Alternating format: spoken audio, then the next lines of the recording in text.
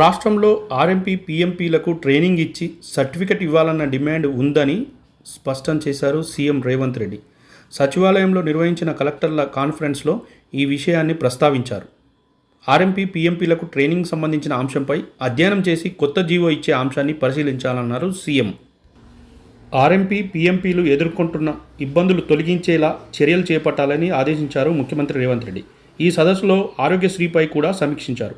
Ration కార్డుకు ఆరోగ్యశ్రీ కార్డుకు link పెట్టొద్దని CM స్పష్టం చేశారు. తెలంగాణలో అందరికీ ఆరోగ్యశ్రీ కార్డులను అందించేలా చర్యలు తీసుకోవాలన్నారు సీఎం. రాష్ట్రంలో ప్రతి ఒక్కరికి డిజిటల్ హెల్త్ ప్రొఫైల్ రూపొందించాలని అధికారులకు సూచించారు. రాష్ట్రంలో ఆర్ఎంపీ, పీఎంపీలకు ట్రైనింగ్ ఇచ్చి సర్టిఫికెట్ ఇవ్వాలన్న డిమాండ్ ఉందని, ఇందుకు సంబంధించిన అంశంపై అధ్యయనం చేసి కొత్త జీవో ఇచ్చే అంశాన్ని పరిశీలించాలని సీఎం అధికారులకు ఆదేశాలు ఇచ్చారు. ఆర్ఎంపీ, పీఎంపీలు ఎదుర్కొంటున్న ఇబ్బందులు తొలగించేలాగా చర్యలు చేపట్టాలన్నారు.